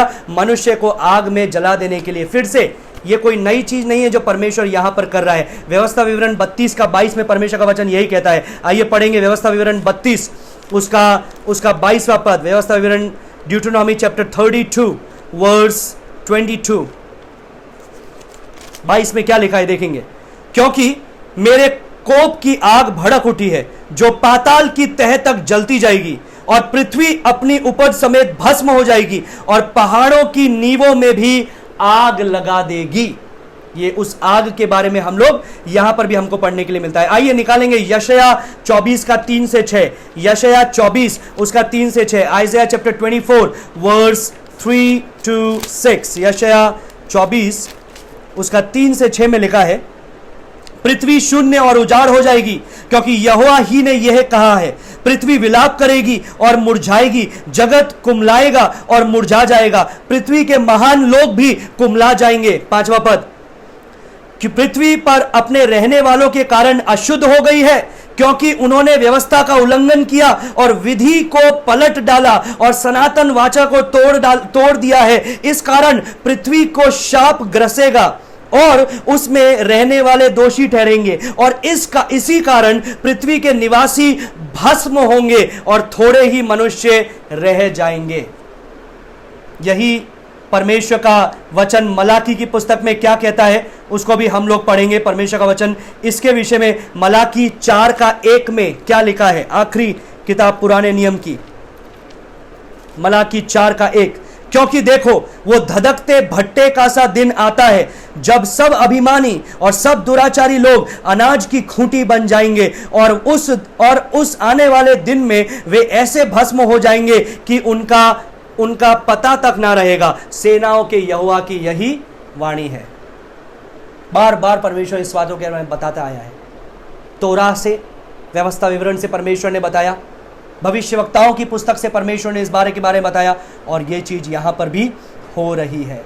यहां पर भी ये बातें घट रही है, ये चीजें हो रही है। और इससे क्या होगा? अगर सूरज इतना गर्म होगा तो क्या होगा? जितने भी आइस कैप्स हैं, जितने भी जो पर्वत श्रृंखला हैं, ग्लेशियर्स हैं, वो पिघल जाएंगे। जब लोग जल रहे हैं खड़े खड़े तो वो पिघलते जाएंगे और जैसे ही वो पिघलते जाएंगे, साइंटिस्ट बोलते हैं कि 200 फीट ऊंची समुद्र उठ सकता है, लहरें उठ सकती है, तो क्या होगा, जितने जो जगह है समुद्र तट के पास में वो तबाही की ओर आ जाएंगे। वैसे ही तो समुद्र खून के जैसा लाल हुआ पड़ा है, अभी वो सब जगह तक फैल जाएगा। बदबू ही बदबू, मृत्यु ही मृत्यु, जहां देखो मृत्यु ही मृत्यु नजर आएगी। 9वां पद में लिखा है, मनुष्य बड़ी तपन से झुलस गए और परमेश्वर के नाम की जिसे इन विपत्तियों पर अधिकार है। अभी ये पढ़ करके हमको लगेगा मनुष्य ये सब देख करके तो परमेश्वर की महिमा करना चाहिए, वो परमेश्वर से किसके सामने मन फिराना चाहिए, लेकिन ऐसा हुआ नहीं। क्या लिखा है, वो परमेश्वर की, उसके नाम की जिसको इन विपत्तियों पर अधिकार है, निंदा उन्होंने की, पर उसकी महिमा करने के लिए अपना मन ना फिराया। दो बातें यहां पर हमको देखने के लिए मिलता है। पहला क्या है, उनको पता ही है परमेश्वर की ओर से आ रहा है, क्योंकि लिखा है परमेश्वर जो अधिकारी है, मतलब उनको पता है कि यह परमेश्वर की ओर से आ रहा है, उन्होंने मन नहीं फिराया। लेकिन दूसरा चीज में क्या लिखा है, उन्होंने परमेश्वर की महिमा भी नहीं की, उन्होंने परमेश्वर की महिमा नहीं की। They are so in love with their sin, वो मसीह विरोधी से इतना प्रेम कर रहे हैं, वो झूठे भविष्यवक्ता से इतना प्रेम कर रहे हैं, वो शैतान से इतना प्रेम में पड़ गए हैं कि परमेश्वर के हाथों के द्वारा न्याय न्याय न्याय न्याय आने पर भी उन्होंने मन नहीं फिराया। 11वें पद में जब हम देखते हैं वहां पर भी लिखा है उन्होंने मन नहीं फिराया। 21वें पद में जब देखते हैं वहां पर भी लिखा है कि उन्होंने मन नहीं फिराया, लेकिन परमेश्वर की निंदा की। Neither grace nor wrath move their heart, उनका दिल इतना कठोर हो गया है, अनुग्रह से उनका दिल नहीं मुड़ा, प्रेम से उनका दिल नहीं मुड़ा, अभी प्रकोप से भी उनका दिल नहीं मुड़ रहा है। They are literally scorched with the fire, वो उस आग से जल रहे हैं। But how blind they can be, just imagine, सोचिए कितने अंधा एक मनुष्य हो सकता है। They know God is doing it, उनको पता है परमेश्वर कर रहा है, उनको पता है परमेश्वर कौन है, उनको पता है सुसमाचार वो सुनते आए हैं, उन्हें पता है वो क्षमा करने वाला परमेश्वर है, उन्हें पता है कि अगर हम मन फिराएंगे तो वो हमें क्षमा करेगा, अगर हम विश्वास करेंगे तो हमें बचा लेगा। लेकिन वो क्या कर रहे हैं, वो क्षमा नहीं मांग रहे, लेकिन वो उसकी निंदा कर रहे हैं, अपने मन को नहीं फिरा रहे और परमेश्वर के बारे में अपशब्द कह रहे हैं। They are glorifying the Antichrist. They are just like Antichrist. वो शैतान की जैसे हैं, वो मसीह विरोधी के जैसे हैं। And this takes us to our final point for tonight, which is the 5th bowl judgment, जो 5वां कटोरे का न्याय है। और ये कहाँ पर पड़ा, On the throne of the beast, मसीह विरोधी उस पशु के सिंहासन पर। ये लिखा है 10वां पद और 11वें पद में। 10वां पद में क्या लिखा है, पढ़ेंगे। 5वें सरदूत ने अपना कटोरा उस पशु के सिंहासन पर उंडेल दिया और उसके राज्य पर अंधेरा छा गया। लोग पीड़ा के मारे अपनी अपनी जीभ चबाने लगे। कई लोग बोलते हैं उसकी कुर्सी पर डाल दिया, कई लोग बोलते हैं कि ये बेबीलोन जो रिन्यूड बेबीलोन होगा, शैतान वापस से बेबीलोन को बनाएगा। क्यों बनाएगा, वो मैंने आपको पहले समझाया था, वो उसका कैपिटल सिटी का जैसा बनाएगा, वो उस जगह पर डाल दिया। कई लोग बोलते हैं कि ये एक जनरल स्टेटमेंट है, क्योंकि पूरी दुनिया उसका सिंहासन है, तो वो परमेश्वर पूरी दुनिया के ऊपर डाल रहा है। जो कुछ भी होगा कहीं पर भी डाला जाएगा, भले ही एक स्पॉट पे भी अगर डाला गया है, लेकिन उसका असर पूरे पृथ्वी पर देखते हैं हम लोग, क्योंकि यहां पर लिखा है उसके पूरे राज्य पर अंधेरा छा गया। उसका पूरा राज्य कौन सा है, वन वर्ल्ड गवर्नमेंट, पूरे दुनिया पर क्या छा गया है, वो अंधेरा छा गया है। पीड़ा तो पहले ही थी, लोगों के जिस्म पे तो फोड़े पहले ही थे, फोड़े फुंसी। उसके बाद में जो समुद्र था वो भयानक हो गया, जो पीने लायक पानी था वो लहू में बदल गया, हर तरफ बदबू ही बदबू है। जो सूरज है इतनी गर्मी हो गई कि वो लोगों को जलाने लगा। और अब क्या हुआ, अब चारों तरफ अंधकार छा गया। योएल नबी 2:2 लिख दीजिए, योएल 2:2, वहां पर इसी प्रकार से लिखा रहा है कि परमेश्वर का जो आने का दिन होगा, it will be thick darkness, वो एक बड़े अंधकार के समान होगा। ये अंधकार आपने एक और जगह पर देखा था, निर्गमन में, जो पहलोटे की मृत्यु होने वाली थी, वहां पर भी क्या हुआ, एक अंधकार छा गया, मौत का फरिश्ता आया। और फिर हम लोगों ने देखा यीशु मसीह जब कलवरी क्रूस पे था, तो वहां पर भी एक अंधकार छा गया, 3 घंटे तक पूरे पृथ्वी पर अंधकार छाया हुआ रहा, और फिर यीशु ने अपने प्राणों को दे दिया। और यहां पर भी हम लोग वही अंधकार को देखते हैं जो परमेश्वर के प्रकोप का प्रतीक है।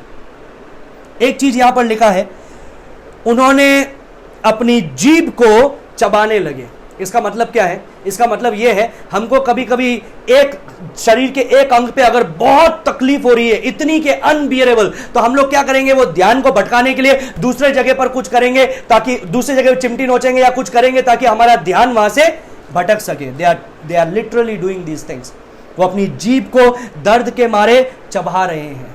एक गर्भवती माँ जो संतान उत्पन्न होने का जो पीड़ा है जिससे वो जूझती है, उससे भी भयानक दर्द ये होने वाला है कि लोग अपनी जीभ को अपने दांतों से चबा रहे हैं। 11वें पद में लिखा है, और अपनी पीड़ाओं और फोड़ों के कारण।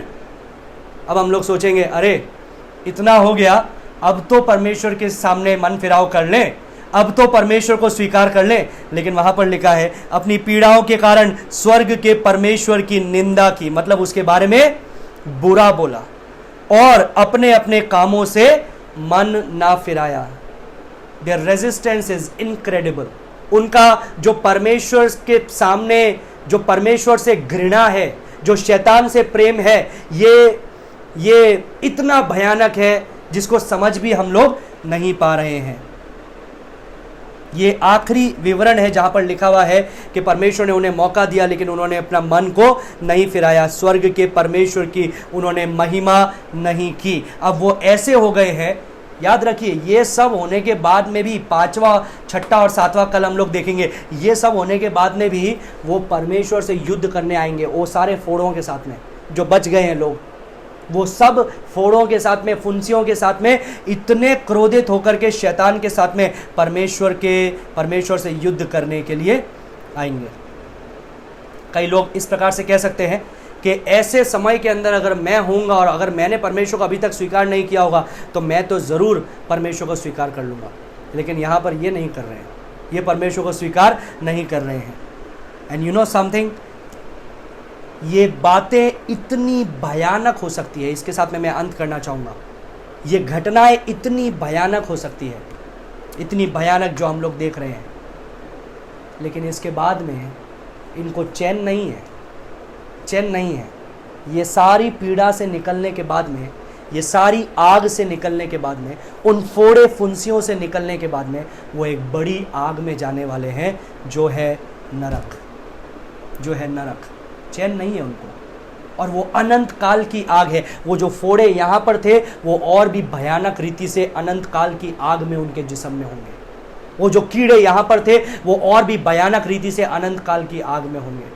वो जो प्यास यहाँ पर उनको लग रही थी, पीने के लिए पानी नहीं था। हम लोग जानते हैं लाजरस और धनी व्यक्ति के बारे में, वो बोल रहा है मुझे अपनी सिर्फ उंगली को पानी में डाल करके मेरी जुबान को गीला कर दे, मैं प्यासा हूँ। करा रहे हैं। ऐसा समय आने वाला है, इससे जब निकलेंगे तो, इससे निकलने के बाद में नजात नहीं है। ये नहीं सोचना है कि ओ ये निकल गया बस अब तो हम लोग परमेश्वर से छुट्टी, नहीं, बड़े मुसीबत में वे लोग फंसने वाले हैं। और इसीलिए मेरे प्रियो यीशु मसीह बोलता है, वाई विल यू पेरिश, क्यों तुम नाश की ओर जाना चाहते हो, क्यों तुम नाश होना चाहते हो। इसीलिए मेरे प्रियो, यीशु उस शहर को देख करके, इंसानियत को देख करके वो रोया और उसने कहा, जैसे मुर्गी अपने बच्चों को अपने पंख में लेकर के आती है, वैसे मैंने बार बार तुमको एकत्रित करना चाहा लेकिन तुमने मेरी एक ना सुनी। But the worst is yet to come, the 6th and the 7th bowl judgment, 6ठा और 7वां कटोरे का न्याय, वर्स्ट आने वाला है। I don't want to leave you with this fearful news tonight। ये संदेश के साथ में मैं आपको छोड़ना नहीं चाहता हूँ। मैं आपको ये बताना चाहता हूँ कि धन्य है वो लोग जो परमेश्वर के द्वारा बुलाए गए हैं। इसलिए वचन में लिखा है, इसलिए परमेश्वर का वचन कहता है कि हम धन्य हैं क्योंकि परमेश्वर ने हमको अपना संतान होने का अधिकार दिया है। हम धन्य हैं क्योंकि मेल मिलाप का सुसमाचार उसने हमारे हाथ में दिया है। यदि मैं अपने पड़ोसी को सुसमाचार प्रचार नहीं करता हूँ, यदि मैं अपने मित्र को सुसमाचार प्रचार नहीं करता हूं, तो मैं क्या कह रहा हूं पता है? इनडायरेक्टली उसको I am saying, I don't care, go to hell, नरक में जाओ, मुझे तुम्हारी परवाह नहीं है। यदि मैं अपने रिश्तेदारों को जो प्रभु को नहीं जानते सुसमाचार नहीं प्रचार करता हूं, तो मैं बोल रहा हूं, go to hell, I don't care about you, I don't care about you. इसीलिए मेरे प्रियो, पौलुस ने बोला कि अगर मेरे ऊपर श्राप आने से मेरे लोग सुसमाचार को स्वीकार कर लें तो मैं वो भी होने के लिए तैयार है, मैं उनके बदले नरक में जाने के लिए तैयार हूं। अगर मेरे नरक में जाने से, अगर मेरे नाश हो जाने से, मुझ पर श्राप आने से अगर इन लोगों का उद्धार हो सके तो मैं उसके लिए भी तैयार हूं। इसलिए मेरे प्रियो पौलुस ने बोला कि मैं कर्जदार हूं, मैं कर्जदार हूं। रिमेंबर वन थिंग, ये सब चीजों को जानने के बाद में हमारी रेस्पॉन्सिबिलिटी बढ़ जाती है। The more revelation the more responsibility, ज़्यादा प्रकाशन ज़्यादा जिम्मेदारी। अब आप पहले जैसा जीवन नहीं बिता सकते ये सब जानने के बाद में। अब आपको एक बदला हुआ जीवन और प्रभु के समीप जीवन तो आपको तो बिताना ही बिताना है, साथ में आपको दूसरों को भी परमेश्वर के बारे में कंटिन्यूली निरंतर बताते रहना है, उसके प्रेम के बारे में, उसके अनुग्रह के बारे में, उसकी शांति के बारे में। क्यों? क्योंकि आप इन बातों को जानते हैं। मैं ये नहीं बोल रहा हूँ कि आप उनको ये बोले कि तुम नहीं स्वीकार करोगे ना फोड़े हो जाएंगे तुम्हारे, मैं ये नहीं बोल रहा हूँ। मैं ये बोल रहा हूँ अभी समय है अनुग्रह के सुसमाचार को सुनाने का, प्रेम के सुसमाचार को सुनाने का, और साथ में न्याय के बारे में भी बताने का। क्योंकि उस सुसमाचार के पद को जिसको हम इस्तेमाल में लेते हैं, यूहन्ना 3:16, उसमें वचन में ही क्या लिखा है कि जो कोई उस पर विश्वास करे उसका नाश ना हो बल्कि अनंत जीवन पाए। पहले लिखा है नाश ना हो, फिर अनंत जीवन पाए। तो इसका मतलब स्वीकार नहीं किया तो नाश होने वाले, ये चीज़ों से नाश होने वाले, और इसके बाद में अनंत काल की आग। परमेश्वर इस वचन के द्वारा आप में से प्रत्येक को आशीष दे। Late us pray. धन्यवाद देते हैं परमेश्वर इस समय के लिए तेरा, हम में से प्रत्येक को जो विश्वास योग्यता से तेरे वचन को अध्ययन करने के लिए आए हैं, धन्यवाद देते हैं प्रभु। धन्यवाद देते हैं कि तेरी पुस्तक के द्वारा, अंतिम पुस्तक के द्वारा तू अंत के समय के बारे में जो हमको प्रकाशन दे रहा है उसके लिए धन्यवाद देते हैं। क्या ही भयानक होगा वो समय, क्या ही दिल दहलाने वाला डरावना होगा वो समय। प्रभु हम प्रार्थना करते हैं हमारे उन भाई बहनों के लिए, हमारे उन रिश्तेदारों के लिए, हमारे उस आस पड़ोसी के लिए, मित्रों के लिए जो तुझे नहीं जानते। प्रभु रास्ते को खोल ताकि वो तेरे नाम को पहचानने पाए। जिस प्रकार से लूदिया के हृदय को, दिल के दरवाजों को तूने खोला, उसी प्रकार से उन लोगों के दिल के दरवाजे को खोल दे प्रभु। परमेश्वर तेरे लोगों को इस्तेमाल मिले ताकि वो सुसमाचार प्रचार करें। सारी बातों में तेरे नाम को महिमा देते हैं, यीशु के नाम से मांगते हैं, सुनो ग्रहण कर पिता, आमीन आमीन आमीन। मे the good Lord bless you. कल हम लोग इसका अंत करेंगे, हम लोग देखेंगे 6 और 7वें कटोरे के न्याय को। May God bless you. Thank you.